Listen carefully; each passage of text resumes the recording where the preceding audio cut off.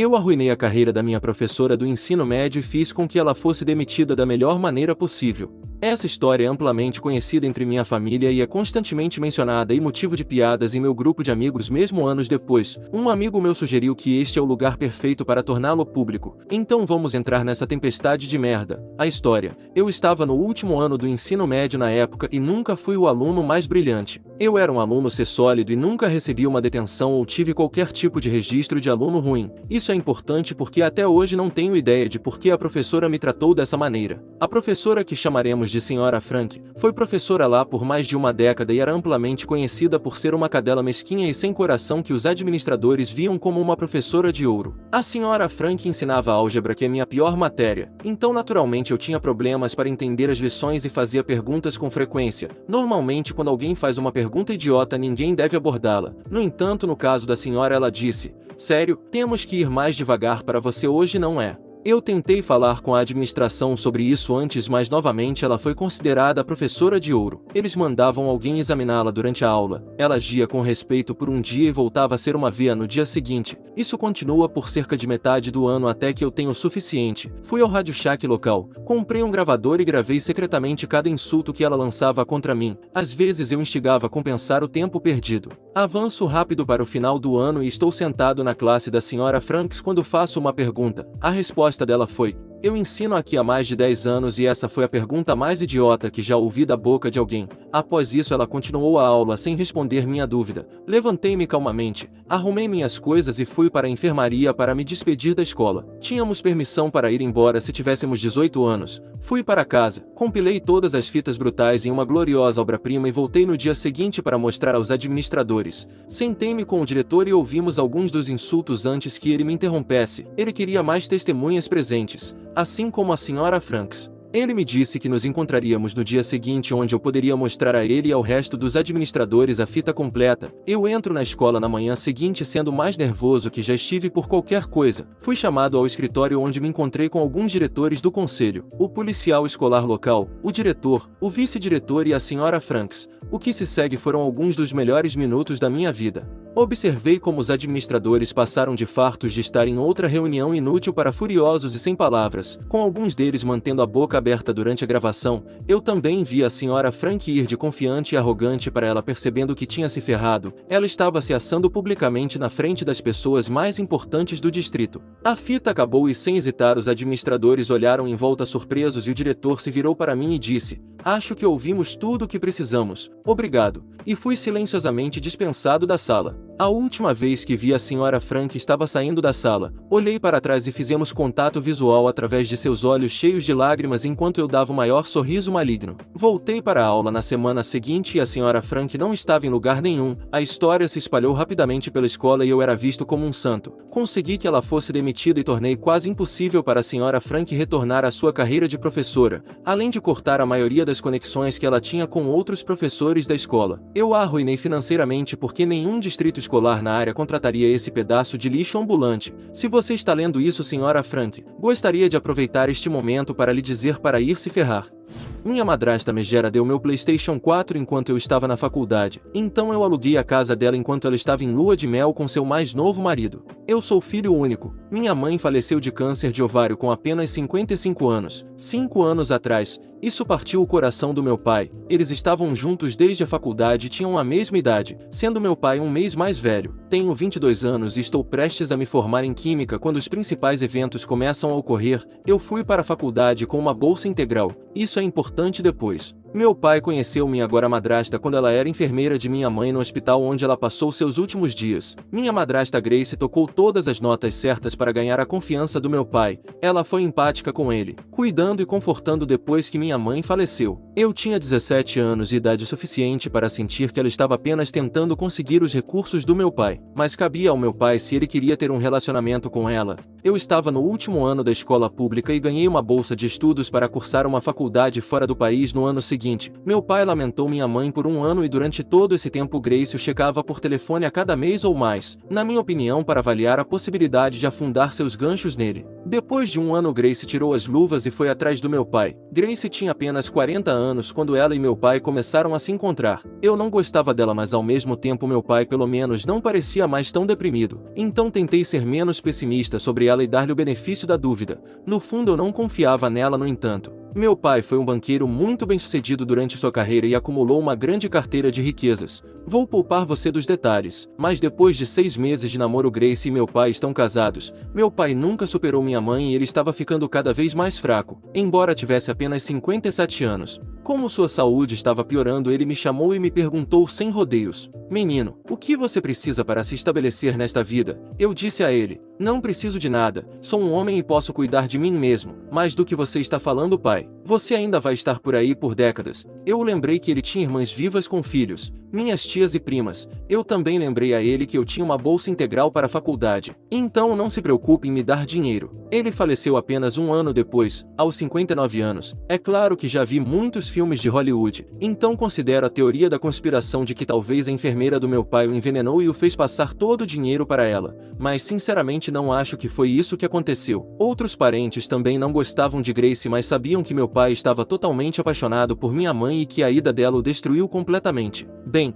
para encurtar a história, meu pai deixou sua casa de 5 quartos para mim, embora eu não esperasse e não pedisse. Ele deu uma pequena doação para cada uma de suas irmãs e seus filhos. Ele deixou cerca de 80% de todo o seu dinheiro existente para Grace, que totalizou várias centenas de milhares de dólares. Meu pai me ignorou porque ele é extremamente generoso e ainda me deu várias dezenas de milhares de dólares que obviamente foram muito úteis para mim. Grace tentou colocar uma fachada amigável, mas eu poderia dizer que ela estava com muita raiva por ela não ter conseguido a casa do meu pai também. Isso pertencia a mim e eu tinha os documentos legais para provar isso. Ela ficou especialmente brava porque moramos em um local extremamente sofisticado e moderno, e as casas são difíceis de encontrar e facilmente vendidas com grandes lucros. Durante os primeiros meses após o falecimento de meu pai, tive a experiência nauseante e assustadora de saber que Grace estava tentando me sondar para ver se eu poderia ter um pequeno relacionamento com ela. Ela ainda ficou na casa porque nos últimos 3 anos ela se acostumou a morar lá e a agir como se fosse a dona. E embora eu fosse o dono oficial, eu estava sempre na faculdade e só visitava a antiga casa do meu pai uma vez a cada 2 meses. E mesmo assim não era para ver Grace, mas para ver meus primos que moravam a poucos quilômetros. Minimizei o fato de que era realmente minha casa e ao longo dos meses acho que Grace gradualmente esqueceu que ela realmente não tinha direito legal à casa. Ela provavelmente acreditou nisso mais cedo ou mais tarde porque eu nunca pedi a ela nenhuma das centenas de milhares de dólares de meu pai que ela tinha agora. E acho que de alguma forma ela pensou que eu era rico e iria desistir de minha casa para deixar com ela. Eu sabia que acabaria com uma bomba de hidrogênio nessa cadela quando ela começou a namorar um cara novo apenas 5 meses depois que meu pai estava enterrado. E uma vez quando voltei da faculdade depois de me formar, ela e seu novo namorado estavam agindo como se eu fosse um hóspede em minha própria casa e que eles fossem os donos. Eu joguei junto. Grace me disse que deu meu PlayStation 4 para o primo de Ivan porque estou velho demais para jogar videogame. Eu pensei, nem conheço esse FDP e você dá a ele meu PS4. Ela também disse que ela e Ivan iam se casar porque ela simplesmente não pode lamentar meu pai para sempre e ela tem que seguir em frente com a vida. Digo a ela que me formei na faculdade e já consegui um emprego em uma empresa local e em breve encontrarei um novo lugar para morar. Ela parece emocionada, principalmente a parte em que parece que logo terei um novo lugar para morar. Então, de uma forma condescendente, ela me diz: "Você sempre tem um lugar em nossa casa, mas pode ficar quando quiser." Eu respondi: "Obrigado, Grace. Muito generoso da sua parte. O que eu realmente digo é que provavelmente terei um novo lugar em 3 meses. Ela diz que é maravilhoso porque pretende ir para sua terra natal, se casar com Ivan e depois passar a lua de mel. Ela me garante que é um assunto local e diz: caso contrário eu convidaria você, querido. E de qualquer maneira sei que você está muito ocupado." Eu a parabenizo. Ela me pergunta se eu posso cuidar da casa para ela. O que eu realmente digo é claro que vou cuidar da casa, mas tenho o cuidado de não dizer sua casa. Quando ela e seu noivo viajam, eu imediatamente coloco anúncios em sites de aluguel oferecendo minha casa para alugar. Eu contrato um caminhão de frete. Tenho todos os móveis e pertences de Grace encaixotados e colocados em uma instalação de aluguel de armazenamento. Mas eu mantenho todos os móveis de meus pais que eles tinham antes de meu pai conhecer Grace. Fechaduras também foram mudadas. Em poucos dias sou inundado com dezenas de perguntas sobre minha incrível casa mobiliada com vistas fantásticas. Eu alugo para uma jovem família maravilhosa, um advogado e sua esposa professora e seus 2 filhos pré-adolescentes. Eles me pagam o aluguel do primeiro e do último mês e assinam um contrato de aluguel por 1 ano. Eu os aviso sobre sobre minha madrasta maluca que pensa que esta é a casa dela, mas apresento a eles informações de contato para meu advogado caso precisem de alguma garantia de que sou dono do imóvel. Também forneço ao meu advogado as informações sobre o local de armazenamento, incluindo o fato de que generosamente paguei 4 meses de armazenamento antecipadamente, o que é um mês inteiro a mais do que a aventura de lua de Grace. Então encontrei um ótimo apartamento na cidade perto do meu novo local de trabalho. Lá conheci uma mulher em um restaurante que frequento à noite após um longo dia de trabalho. Estamos namorando há 6 meses e estamos noivos. Grace, é claro, tentou gritar e causar problemas quando percebeu que foi expulsa da minha casa, mas meu advogado rapidamente calou a boca dela sem que eu tivesse que falar com sua cara de lixo novamente. Pelo que ouvi, ela e seu marido lixo deixaram o país e presumo que estão gastando dinheiro do meu pai e logo estarão falidos. Então talvez Grace vá tentar explorar algum outro homem solitário para lhe dar seu dinheiro. Falando em dinheiro, a casa que alugo está gerando tanto dinheiro que não só consigo ajudar a pagar a faculdade dos meus primos, como me mudei para um apartamento maior só para mim junto com minha noiva. Eu amo meu trabalho, mas na verdade eu poderia sobreviver apenas alugando a antiga casa do meu pai. E pensar que se Grace tivesse sido mais legal eu poderia tê-la deixado ficar em casa, mas não, ela teve que agir toda proprietária, então eu tive que deixá-la sem teto como presente de casamento. Pós-escrito, comprei outro PS4 mesmo não usando tanto o antigo. Mas isso não importava, não era para Grace vender minhas coisas. Você não dá as coisas de outras pessoas, você doa suas próprias coisas. É por isso que escolhi expulsar Grace da minha casa, porque é meu e eu decido quem fica lá. Você não pode simplesmente descarregar perto de mim. Isso aconteceu hoje cedo e foi perfeito demais para não compartilhar com vocês. Eu trabalho na construção como capataz para a construção de uma nova casa. A localização é meio estranha e a casa fica a 250 pés subindo uma colina apenas por uma trilha. Todos os nossos materiais têm que subir este caminho à mão. É um pé no saco carregar manualmente. Literalmente uma casa inteira subindo esta colina. Uma de nossas graças salvadoras é ter as 2 vagas de estacionamento na rua no sopé desta colina marcadas com placas oficiais de proibido estacionar. Infelizmente há uma escola primária a cerca de meio quarteirão de distância e os pais das crianças aparecem regularmente pensando que não há problema em estacionar em nossas vagas. Agora, eu me considero uma pessoa razoável. Então se alguém estiver estacionado nas vagas e não tivermos uma entrega ou precisar estacionar um caminhão eu deixo passar. Se precisarmos das vagas e houver alguém estacionado lá peço que se movam e na maioria das vezes eles fazem isso imediatamente. Recebo um telefonema do caminhão de entrega de madeira que está a caminho de nosso local. Ele diz que estará lá em cerca de 2 ou 3 minutos. Eu o aviso que o encontrarei na rua e me certificarei de que ele tem espaço para estacionar. Ele está carregando todo o material para emoldurar o telhado da nossa casa, que é um monte de madeira muito grande e vai demorar facilmente 1 hora para subir o morro. Então naturalmente eu não queria que ele estacionasse no meio da rua por 1 hora, quando temos uma vaga de estacionamento perfeitamente boa para ele. Quando começo minha viagem ladeira abaixo noto que há uma mãe sentada em seu carro em ponto morto, presumindo que ela está apenas esperando para pegar seu filho. Eu ando até seu carro e educadamente a informo que ela está estacionada em uma zona proibida e realmente precisamos da vaga para estacionar um caminhão de entrega. Ela zomba de mim e responde rudemente: "Vou demorar apenas alguns minutos e seu caminhão não está aqui. Espera um pouco, cara." Antes que eu possa responder, um caminhão gigante de madeira vira a esquina e eu aceno para ele. E em seguida faço um gesto em sua direção para a mulher no carro que agora levantou a janela para me ignorar. Eu coloco meu melhor sorriso de atendimento ao cliente e aceno para ela pela janela. Ela baixa metade da janela e grita com raiva: "O quê?" A essa altura o caminhão parou ao lado do carro dela e eu educadamente peço a ela novamente com um tom de voz mais forte para mover seu veículo, lembrando-a de que ela está estacionada ilegalmente em uma zona de reboque. Então ela me deu uma ideia maravilhosa. Ela disse: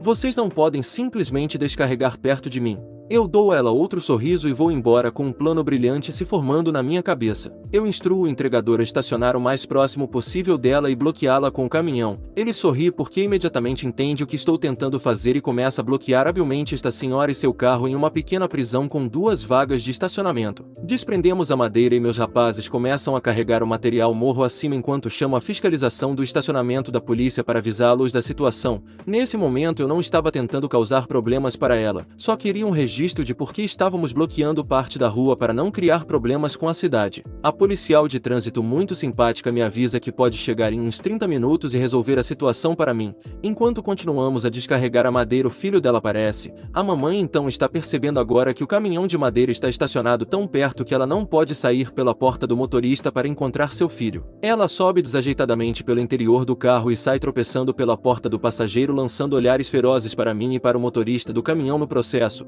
Ela Ela carrega o filho nas costas e começa a perceber que não tem como sair. Ela vem furiosa para mim e para o motorista e afirma: estou com muita pressa. Você precisa mover seu maldito caminhão agora para que eu possa ir. Antes que eu possa responder, o motorista abre um sorriso no rosto e diz: senhora, para descarregar a madeira no caminhão tivemos que desamarrá-lo, e de acordo com a política da nossa empresa não tenho permissão para mover o caminhão com qualquer carga não segura sobre ele. Desculpa. Isso a leva a níveis de pressão sanguínea próximos a um aneurisma enquanto eu mal consigo conter o riso. Ela late de volta para ele: caguei para sua política, eu tenho um lugar para estar. Nesse ponto, com um tempo impecavelmente conveniente, a fiscal do estacionamento aparece e estaciona atrás do caminhão. Ela não vê a policial chegar e enquanto a policial ainda está saindo do veículo, eu apenas digo casualmente: você não pode simplesmente dar a volta por cima, não é tão difícil. Com o maior sorriso comedor de merda que já tive. Observo quando ela percebe que acabei de usar sua linha nela. Ela grita e volta furiosamente para o carro e com raiva sobe pela porta do passageiro e senta no banco do motorista. Nesse ponto, a policial está caminhando até mim e o motorista. Antes mesmo que ela possa se apresentar à mãe no carro, dá ré e pisa no acelerador, batendo em nosso caminhão, e então joga o carro na direção e tenta subir no meio-fio e dirigir na calçada. A oficial, o motorista e eu estamos olhando incrédulos quando ela chega na metade do meio-fio e fica presa. Eu posso ouvi-la gritando obscenidades sobre o caminhão. A policial prontamente caminha até a porta do carro e a manda sair. Minha parte favorita de tudo isso é ver o rosto dela ficar chocado quando ela percebeu que acabou de fazer tudo isso na frente de uma policial. Ela é algemada quando a guarda do estacionamento pede uma segunda unidade e ela é prontamente sentada no meio-fio que tentou ultrapassar. Ela se senta no meio-fio gritando com os agora dois policiais sobre como dissemos a ela que ela poderia ficar lá e que nunca pedimos que ela se mudasse. A guarda de trânsito responde que foi ela quem foi chamada originalmente quando se recusou a se mudar e que já sabe o que está acontecendo. Enquanto eu e o motorista prestamos um relatório ao segundo oficial, meus rapazes terminam de mover o restante da madeira e o motorista termina sua declaração e sai para voltar ao pátio. No final da aprovação, ela foi presa, acusada de perigo infantil. Seu filho estava no banco de trás do carro o tempo todo. Direção imprudente, destruição de propriedade, direção com carteira suspensa. Ainda por cima rebocaram o carro. O miúdo foi para casa com a avó e ela foi passar uns bons momentos numa cela. Acho que da próxima vez ela provavelmente pensará duas vezes antes de estacionar em uma zona de reboque, se ela conseguir uma licença novamente. Jovem bombeiro desrespeita uma tenente, então eu envergonho e o faço desistir. Não tenho certeza se isso é uma vingança pro ou não, mas me vinguei de um idiota com quem costumava ser voluntário. Isso foi no início e meados dos anos 2000. Decidi ir ao corpo de bombeiros local como bombeiro voluntário. Eu fiz isso por cerca de 5 anos e foi ótimo. O treinamento consistia em 3 meses de treinamento de incêndio e depois você iria para o treinamento IMT. Eu tinha cerca de 1 ano e me pediram para ajudar a treinar alguns novos recrutas. Uma das tenentes, chamada Amy, era uma mulher baixa de meia idade, tão cheia de fogo que poderia fazer um homem adulto chorar. Uma daquelas pessoas que impõem medo e respeito onde quer que vá. Honestamente, uma grande tenente, uma grande pessoa. Quando ela não estava sendo uma sargenta, ela era extremamente gentil e generosa. No entanto, nesta nova turma da academia em que me pediram para ajudar, havia um garoto arrogante que chamaremos de Marcos. Marcos falou muito durante o treinamento e agiu como se fosse o herói americano. Ele teve um desempenho moderado no treinamento, mas longe de ser o primeiro da classe. Ele é designado para o posto de M, que é um posto bem tranquilo no departamento. Alguns meses depois de ele começar, M passa na minha estação uma noite para dizer oi. Ela nos traz o bolo de 6 camadas. Ela explicou que havia oferecido à sua equipe uma noite fora que deve ter custado muito dinheiro. Acho que ela levou cerca de 8 pessoas e comprou um bolo inteiro para completar. Eles comeram as 2 primeiras camadas, então ela nos deu as 4 restantes. Agradecemos profundamente e ela foi embora. Naquela época, a grande plataforma de mídia social era o MySpace e decidi procurar algumas pessoas do departamento para fazer amigos. Me deparei com a página de Marcos e notei algumas fotos dele e do resto de sua equipe no Klein Jumper com M. No entanto, quando li os comentários, ele se gabou de como havia encomendado propositadamente o jantar, aperitivos e bebidas mais caros do que M estava comprando. Ele se gabou de como iria tirar vantagem da estupidez dela. Isso por si só me irritou porque ela estava fazendo isso e sendo super legal e generosa. Então li o resto do perfil dele. Ele tinha vídeos e memes em sua página se glorificando como um bombeiro durão, se gabando de ter corrido para um prédio em chamas e de como ele era um herói. Ele estava flertando com garotas, tentando descaradamente impressioná-las com o quão corajoso ele é. Tenha em mente que ele acabou de se formar na academia 3 meses antes e nem tinha ido para a escola EMT. Ele nunca tinha estado em uma casa em chamas e basicamente tudo o que fazia era carregar equipamento para os outros bombeiros totalmente qualificados. Era demais para eu tolerar. Então aqui está a vingança. Imprimi cópias de sua página no MySpace, incluindo seus comentários sobre Amy e sua fanfarronice tóxica. Fiz várias cópias e as levei a todas as estações do departamento. Todos nós tínhamos pagers e um pequeno teclado em cada estação para enviar mensagens de texto. Fiz uma página anônima para todos os funcionários do departamento. Tive que ser breve já que não cabia uma tonelada de caracteres. Mas enviei suas informações do MySpace e contei a todos sobre como ele tratou Amy. Em uma hora Marcos limpou sua página do MySpace de todas as postagens, fotos e etc. Alguns dias depois ele excluiu sua conta. Ainda bem que fiz tantas cópias. Imediatamente depois que isso aconteceu ele parou de vir como voluntário. E algumas semanas depois ouvi dizer que ele havia desistido. Mais tarde conversei com Amy e admiti que fui eu quem enviou a página. Eu disse a ela que odiava como ele a tratava e ela me agradeceu. Ela parecia muito triste e magoada com o que ele havia feito, mas sendo a baixinha durona que ela rapidamente voltou a ser uma bombeira durona de verdade. Mais tarde ela começou a namorar e se casou com um chefe dos bombeiros que também ajudava na academia. Perdi contato com ela, mas espero que ela tenha se saído bem. Ela parecia muito feliz da última vez que a vi. Cara largou o emprego achando que ficou rico. Trabalho em uma construtora e fazemos reformas em casas. Temos uma regra aqui de manter qualquer coisa que encontrarmos escondida atrás das paredes. Contratamos esse cara que era um completo idiota desde o primeiro dia. Trabalho para esta empresa há 5 anos e esse cara está na construção apenas 1 ano depois que foi demitido de seu emprego de contabilidade. De qualquer forma, ele sempre tirava sarro das minhas roupas e do meu sotaque e um dia ele foi longe demais ao contar ao meu chefe sobre as fotos da minha conta privada no Instagram. Ele pegou meu telefone, olhou minha página no Instagram e mostrou ao meu chefe fotos minhas usando planta. Mal sabia ele que meu chefe é meu amigo de 8 anos e costumávamos fazer isso juntos antes de ambos pararmos. Fiquei tão bravo que ele violou minha privacidade. Então fiz um plano para ferrar com ele. Ele era o tipo de cara que sempre chegava atrasado e reclamava que os trens ou o trânsito eram o motivo de ele estar sempre atrasado. Um dia eu ouvi dizer que se ganhasse na loteria largaria o emprego por não ter o respeito que merece. Você tem que ganhar o seu respeito aqui. Um dia eu comprei algumas moedas de ouro falsas online e as coloquei em uma caixa de metal que encontrei na loja de antiguidades e esperei por uma chance de escondê-la na parede. Felizmente não tive que esperar muito. No dia em que encontrou as moedas parecia que era o melhor dia de sua vida. A primeira coisa que ele fez quando abriu a caixa, ele ligou para o meu patrão e disse: "Caguei para esse lugar horrível. Agora sou rico." Mal sabia ele que aquele foi o melhor dia da minha vida. Depois que ele saiu, meu chefe nos disse que iria demiti-lo de qualquer maneira por sempre chegar atrasado. Gostaria de poder ver a expressão em seu rosto quando descobrir que as moedas de ouro são falsas. Os melhores $40 que gastei na minha vida.